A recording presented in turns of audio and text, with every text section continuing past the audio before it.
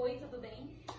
Hoje nós vamos apresentar a aula ministrada pelo professor Tony sobre Direito Civil, a parte de LIDB, Lei de Introdução ao Direito Brasileiro.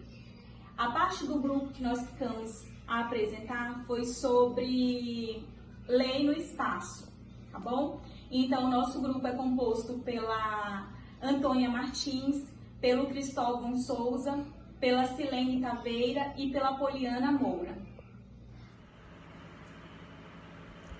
Olá pessoal, tudo bem? Bom gente, a nossa equipe vai apresentar o trabalho sobre aplicação da lei no espaço, né? Se encontra na LIMBD do artigo 7º ao 19. O que é a LIMBD? A LIMBD é uma legislação autônoma anexa ao Código Civil, que apresenta normas preliminares a todo o ordenamento jurídico e atual. Ela dispõe sobre normas determinando o seu modo de aplicação, entendimento no espaço e se dirige a todos os ramos do direito. A parte de direito internacional privado é encontrado na LIMBD, no artigo 7º ao 19. O que diz o artigo 7º? O artigo 7º da LIMBD, ele diz o seguinte: a lei do país em que domiciliada a pessoa, que determina as regras sobre o começo e o fim da personalidade, nome, capacidade e os direitos de família. Ou seja, a regra geral de aplicação da lei no espaço é de que dentro do território brasileiro é aplicada a lei brasileira, né? Porém, existem situações em que a própria LIMBD admite a aplicação da lei estrangeira no território brasileiro. Por exemplo,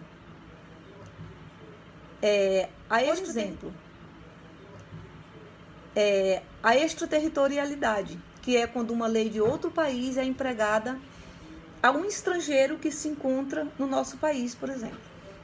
Então, vamos dar um exemplo aqui. Se um alemão está no Brasil, a ele seria aplicada a lei alemã, né? A lei dele, do país dele. Mas se ele é alemão, mas mora na Itália, assim como diz o caput do artigo 7º, né?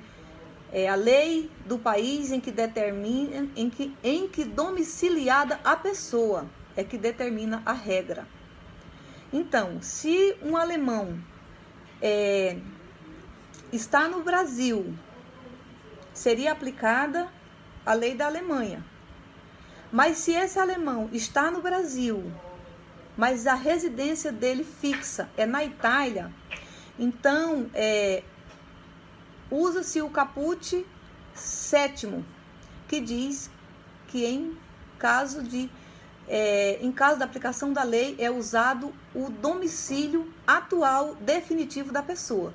Então, o Brasil adota essas duas vertentes: a nacionalidade da pessoa, que é onde a pessoa nasceu, ou a lei do domicílio, que é onde a pessoa reside no seu âmbito definitivo. Então, nesse caso, será aplicado ao Brasil adota essas duas vertentes: a nacionalidade da pessoa, que é onde a pessoa nasceu, ou a lei do domicílio, que é onde a pessoa reside no seu âmbito definitivo. Então, nesse caso, será aplicado ao alemão a lei da Itália, que é onde esse alemão tem residência fixa.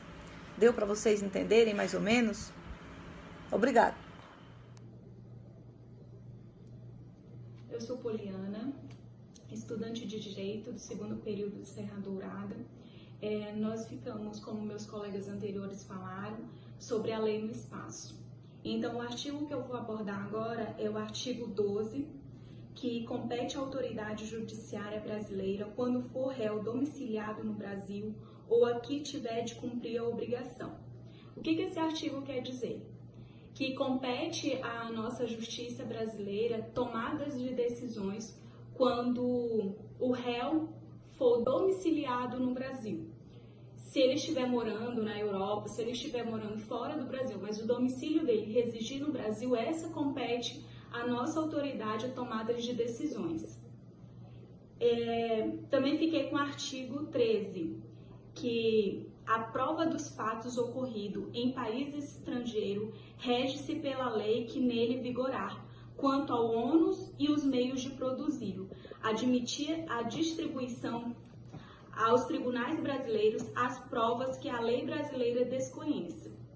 O que esse artigo vem dizendo? Que os fatos eles têm que ser produzidos conforme o ordenamento jurídico de cada país ter a vigência.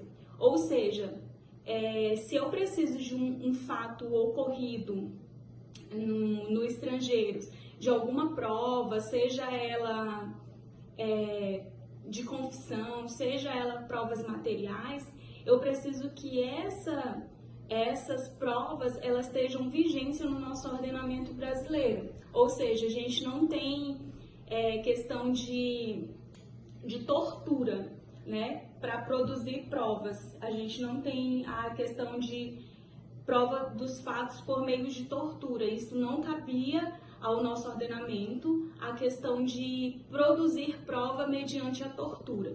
Então, isso não caberia como uma legítima prova válida no nosso ordenamento jurídico. O artigo 14, conhecendo as leis estrangeiras, poderá o juiz exigir que a invoque do texto da vigência. Ou seja, o juiz ele pode pedir ou solicitar que as provas ela estejam em vigência no nosso ordenamento jurídico, como o caso que eu acabei de falar para vocês, a questão de confissão mediante a tortura.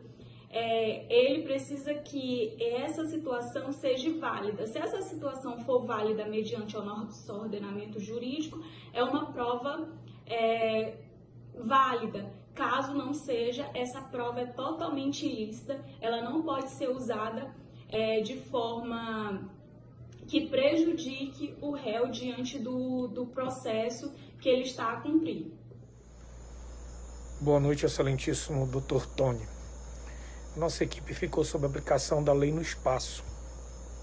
Quando trabalhamos o tempo, são dois os princípios básicos, né?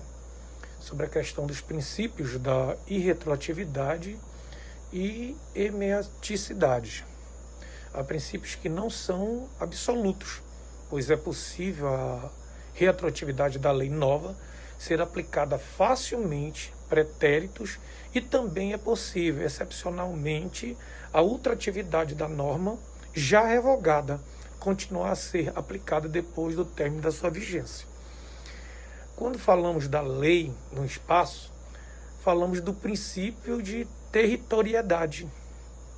É simples norma, né? O Brasil aplica em seu território brasileiro, né?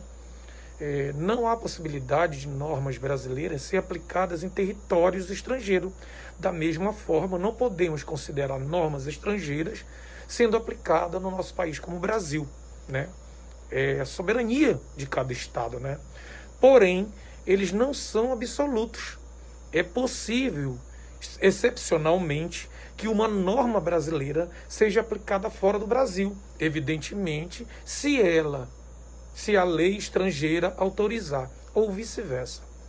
Foi o que eu entendi. Obrigado, meu mestre.